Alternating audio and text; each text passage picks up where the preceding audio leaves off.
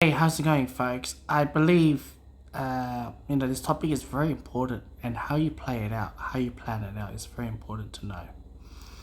Now, my coworker who's close, who will be 50 years old, and unfortunately, I don't know what's the reason behind, but unfortunately, he didn't have a property or investment property, but he has a passive income of crypto and trading. Whether he's successful or not, that's another topic that you guys will have the opinion.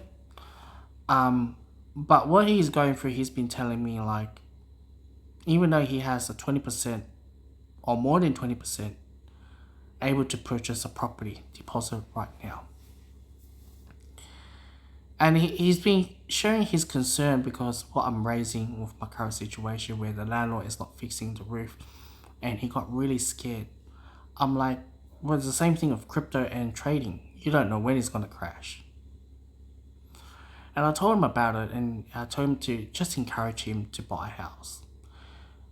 And I explained to him, I'm like, if let's particular say there's a house in that particular area, would you purchase it? Yeah, he will. I'll get my rental money back, X, Y, and Z. I'm like, yeah, that's good. The question is, would you live there? The answer is no. It's too far, X, Y, and Z. I'm like, well, that's something you and your family have to work around because not everyone is able to do that. All right. So I'm like, all right, fair enough. All right. And he has issues, with the extended family that they don't believe in aged care. So this is where it becomes complicated with the in-laws. They don't believe in aged care, so someone has to make a sacrifice to look after the loved one. And I explained to him, I'm like, things could turn down south if the in-laws has gone dementia or X, Y, and Z. You never know what your life is going to be like. You never know if your wife is going to divorce you. You never know. There's a car crash in the next couple of days. We don't know. We cannot predict. But it's very vital at that stage where many of them, it's very high divorce rate on the 50s because kids are grown up, they're in their 18s, what's the next? You live together, do you live to stay, do you move on, or do you want to change, adapt or change? There's a lot of marriages think about it, right? We're not here to complain. But when I speak to a lot of the migrants, they've been telling me I will not invest much in Australia, I'll invest all my investments in overseas back in my country. Life is cheaper, it's more better than here, X, Y, and Z, alright?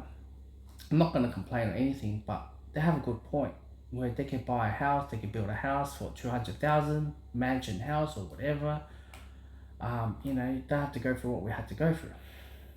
I asked to explain the same thing. I'm like, well, would you ever go back to the mother-in-law's region? Would you ever live there? He's like, well, I don't speak the language. I'm like, well, these are the changes that is going to come to your mind, what you want to do. I can't tell you what to do, but at the end of the day, when that day comes, it will determine what to do. Alright?